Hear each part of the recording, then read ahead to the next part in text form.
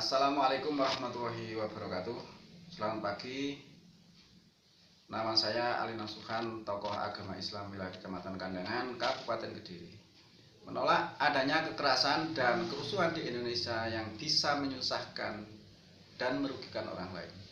Mari kita doakan para hakim MK di Jakarta yang menyidangkan perkara sengketa pemilu tahun 2019. Semoga bisa memberikan hasil keputusan yang seadil-adilnya untuk bangsa Indonesia.